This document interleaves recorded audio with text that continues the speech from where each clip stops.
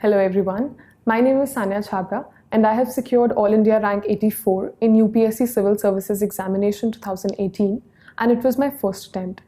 And today I'll be discussing with you the art of note making that I followed.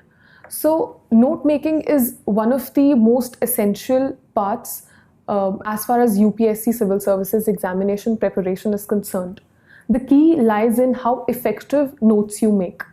So first of all, there is a choice between offline and online note making. I made offline notes, but it is always recommended to make online notes because it is easier to add, delete, or edit a few things in the online note making process.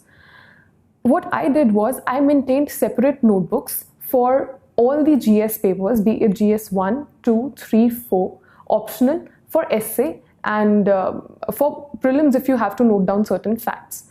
As far as the separate notebooks were concerned, you can add all the current affairs material that you're reading either from the newspaper or from monthly magazine or Yojana in the given subheading that is mentioned in the syllabus. Now, your entire notebook has to be filled with all the topics that are mentioned in the syllabus. For instance, in paper 1 of GS, there is history, geography, society, art and culture. So these are the broad topics that you need to write in that one notebook. Or maybe you can form separate notebooks for GS1 part-wise. And then in all these subject-wise notes, you have to write static notes. If you have joined any coaching center, then they'll be providing you with these notes. And in all those static notes, have some space left. If you're making online, then there's no such requirement. Add all those notes under the subheading that is given in the syllabus. So your notes should be bifurcated subject-wise. You should not write all the notes in one notebook. At least that is something that I would suggest, so that it becomes easier for you to segregate your notes, one, and when you revise them, they will be imprinted in your mind topic-wise, and that will make it easier for you to replicate it in the mains examination or maybe prelims examination. So separate notebooks, syllabus-wise subheadings, addition of static as well as current parts under those subheadings itself.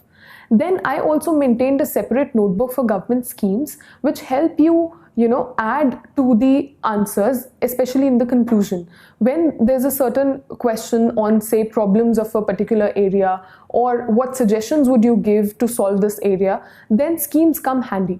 When you write government schemes, it helps you end the answer on a positive and an optimistic note. So that helps you in enriching the answer by providing government schemes. So that was all about note-making strategy. It should be very well streamlined and planned.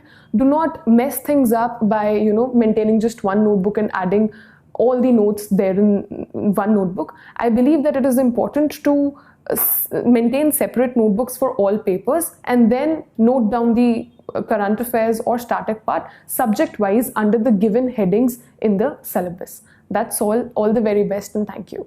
Subscribe to our channel and click on the bell icon to get latest updates on upcoming videos.